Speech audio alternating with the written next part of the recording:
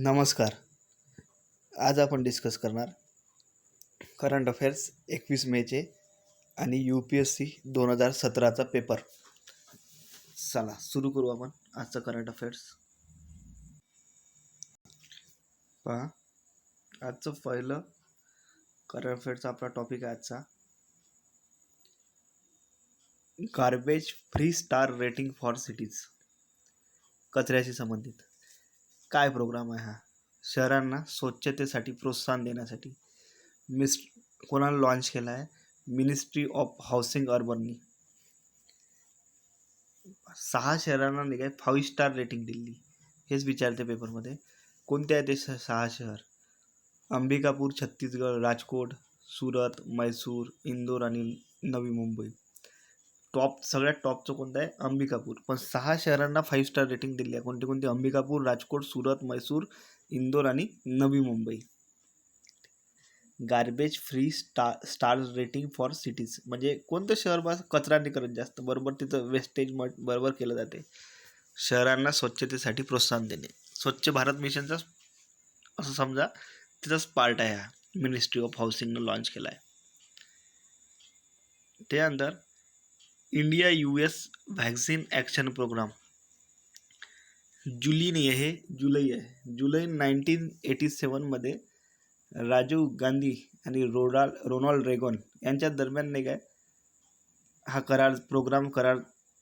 करार साईन झाला होता. फक्त एवढं लक्षात ठेवा, India US vaccine action programme कधी झाला? 1987. 2012मध्ये 25 वर्ष पूर्ण झाले.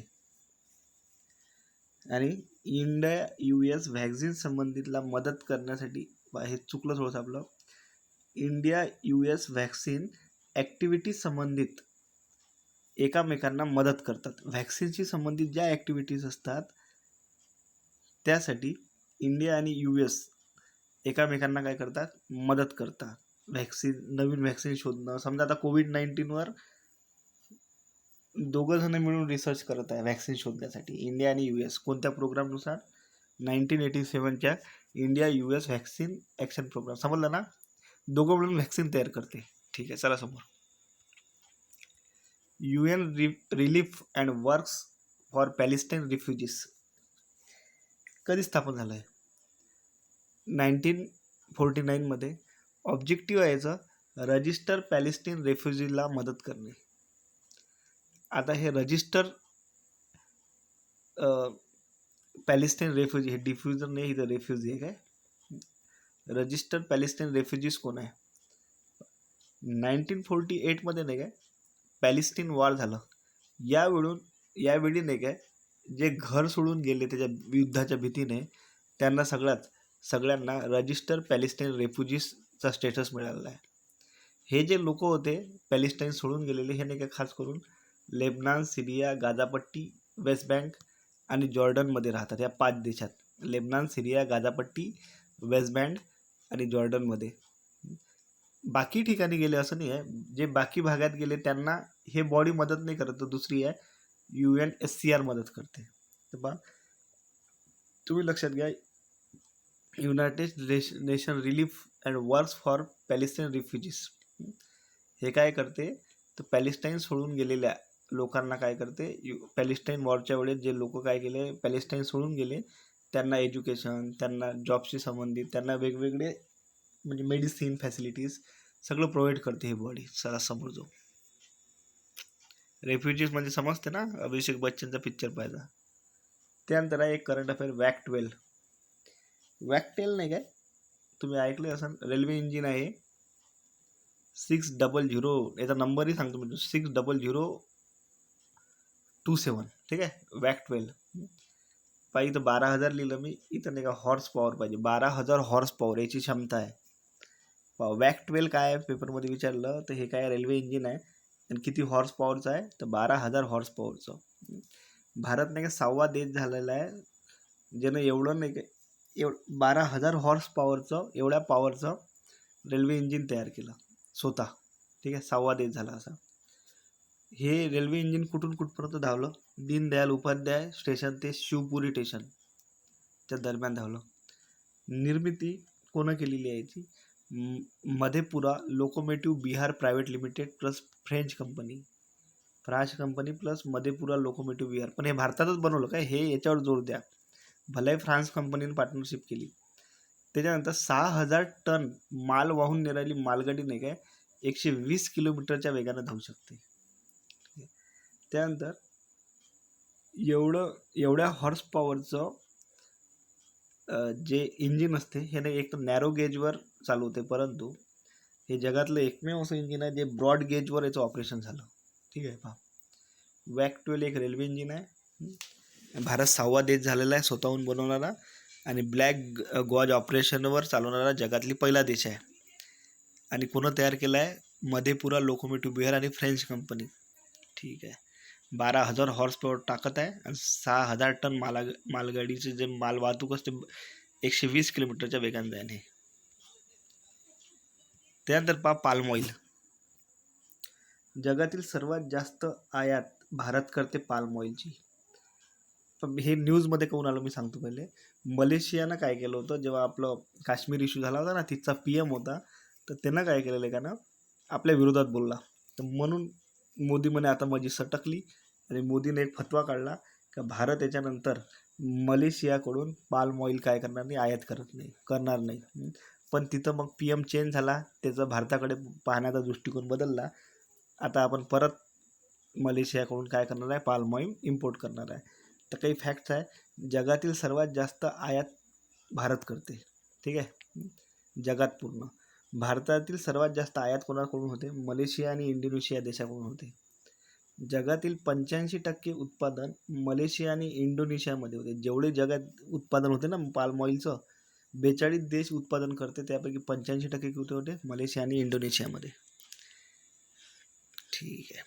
त्यानंतर हां, नॅशनल टेस्ट अभ्यास ॲप्स HRD मिनिस्ट्रीने लॉन्च केला. कशासाठी, तर IIT आणि नीटची जे एक्झाम असते ना त्याची मॉक टेस्ट. त्याच्यानंतर नवीन नाही काय, नाबार्डचे प्रेसिडेंट झाले गोविंद रुंजुनू म्हणून काहीतरी नाव आहे, थोडंसं कन्फ्युजन नाव होतं, तुम्ही पाहून घेता, पण गोविंद नाव फिक्स आहे त्याचं. अशा प्रकारे पाहिलं आपण आजचं करंट अफेअर. एकदम रिवाईज करू 1 मिनिटात. पहा, सगळ्यात पहिले काय, garbage free star rating for cities. Ministry of housing अर्बनचा प्रोग्राम आहे. 5 स्टार किती शहरांना देण्यात आलेलं आहे, 6 शहरांना. कोणते अंबिकापूर, राजकोट, सुरत, मैसूर, इंदोर, नवी मुंबई. तुम्ही याच्यातलं अंबिकापूर लक्षात ठेवा. त्याच्यानंतर किती शहरांना देण्यात आलं 5 स्टार रेटिंग, तर 6 शहरांना. हा एक फॅक्ट लक्षात ठेवा. त्यानंतर India US vaccine action programme कधी झाला होता, 1987मध्ये. United relief and works for Palestine refugees हे काय करते, ते 1948च्या पॅलेस्टाईन वॉरमध्ये घर सोडून गेलेल्या जे पॅलेस्टाईन लोक आहेत त्यांना नाही काय एड्स प्रोव्हाइड करते.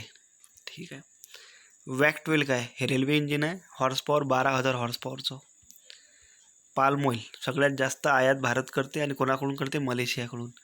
न्यू टेस्ट अभ्यास ॲप्स HRD मिनिस्ट्रीने लॉन्च केला आहे. कशासाठी आहे, तर IIT JEE नीटची मॉक टेस्टसाठी. आणि न्यू नाबार्ड प्रेसिडेंट कोण झाले, गोविंद रुंजुनू. आता पाहू आपण UPSCचे क्वेश्चन 2017चा. त्यानंतर पहा, भारत की संसद के संदर्भ में निम्नलिखित कथनों पर विचार कीजिए. बरं, करू ना. गैर सरकारी विधेयक ऐसा विधेयक है जो संसद के ऐसे सदस्यों द्वारा प्रस्तुत किया जाता है जो निर्वाचित नहीं है किंतु भारत के राष्ट्रपति द्वारा नामनिर्दिष्टित है. पहा, 2 प्रकारचे विधेयक असते. कोणते, सरकारी विधेयक आणि खाजगी विधेयक.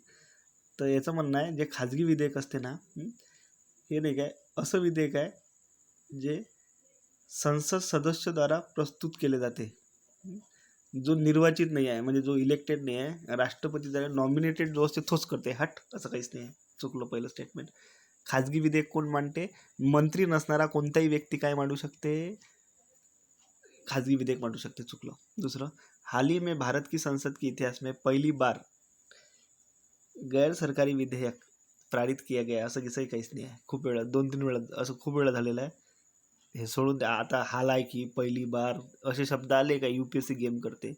म्हणजे ना की 1 ना की 2. हा पेपर नाही का पुरा पॉलिटीवर होता. 22 प्रश्न होते त्याच्यात 2017च्या. पण कठीण होते काही की. समाज में समानता के लिए एक निहारती है की उसमें म्हणजे समानता, समाजात समानतासाठी कोणती गोष्ट महत्त्वाची आहे? विशेष अधिकारों का अभाव है, अवरोधों का अभाव, प्रतिस्पर्धा का अभाव, विचारधारा का अभाव. हे मी एक नंबर डिस्कस करू आपण याच्यावर. हे विशेष अधिकार अभावाचं उत्तर आहे काय, समोर जाऊ आपण. हा तर फॅक्ट आहे. DPSP मध्ये खालीलपैकी कोणतं 42व्या संशोधनानुसार ॲड करण्यात आलेलं आहे. तर 43 एक नंबरची जे कलम आहे हे उद्योगों के प्रबंधन में कामगारों की सहभागिता. पाहून घेता आपल्या बुकात आहे. हे 39 हे आहे. हे दुसरी आहे 47 आहे. आणि हे कोणती आहे? हे ठीक आहे. तर हेच उत्तर आहे उद्योग. त्यानंतर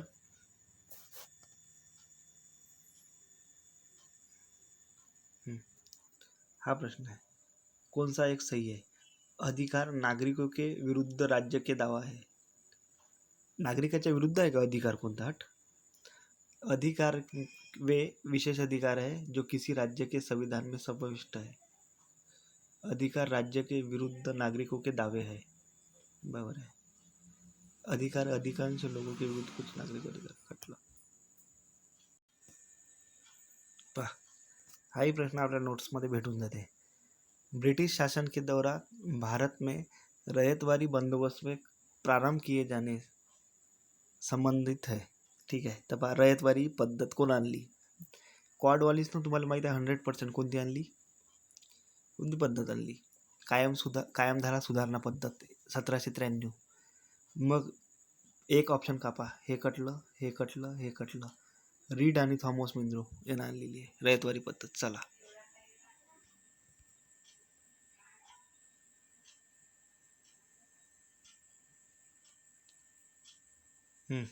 हा प्रश्न तुमच्या आवडीचा. स्थानिक, हा मागच्या वर्षी कंबाईनली होता. स्थानिक स्वशासन की सर्वोत्तम व्याख्या यह की जा सकती है. लोकतांत्रिक विकेंद्रीकरण किती वेळा शिकवलेलं आहे मी. जे लोकल सेल्फ गव्हर्नमेंट राहते हे कशासाठी आहे, कशाची डेफिनेशन देते? तर लोकशाही विकेंद्रीकरणाची. चला समोर.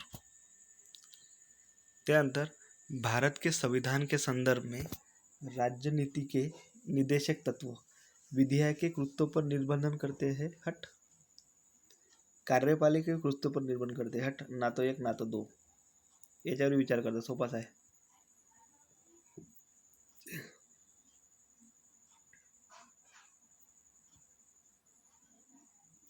ह्याच्यात नाही काय, या पॉलिटी आणि ते कोणता सब्जेक्ट आहे आपला, एन्व्हायरमेंटवर जास्त प्रश्न आहे. हाही मस्त प्रश्न आहे. तीस्ता नदीवरचा पास सॉल्व करू आपण. हे आपल्या बुकात भेटून जाते. तीस्ता नदी के संदर्भ में निम्नलिखित कथनों पर विचार कीजिए. हे हवाई लागू देत नाही, पण तुम्हाला एवढं माहीत आहे तीस्ता नदी ब्रह्मपुत्रा नदीची उपनदी आहे. बरोबर आहे. तर पाहू आपण. तीस्ता नदी का उद्गम वही है जो ब्रह्मपुत्र का है, लेकिन यह सिक्किम से होकर बहती है. आपल्याला माहीत नाही. चला. रंगीत नदी की उत्पत्ति सिक्किम में होती है और यह तीस्ता नदी की सहायक नदी. आपल्याला माहीत नाही. आता पहा कसं सॉल्व. तीस्ता नदी भारत एवं बांग्लादेश की सीमा पर बंगाल की खाड़ी में जा मिलती है. मला सांगा, तीस्ता नदी कोणाची उपनदी आहे? ब्रह्मपुत्रा नदीची. मग हे कोणाला जाऊन भेटत असन? लॉजिक लावा. ब्रह्मपुत्र नदीला जाऊन भेटत असन ना. स्वतः तर काही बंगालच्या खाडीत जाऊन भेटत नसन. म्हणजे तिसरं स्टेटमेंट चुकीचं जर काढलं ना तुम्ही, हे तिसरं कटलं, हे तिसरं कटलं, केवळ 2 बराबर झालं. तुमचं फक्त कॉमन सेन्स पाहायचा UPSCले. ठीक आहे. बाकी क्वेश्चन आपण नंतर पाहू. थँक्यू.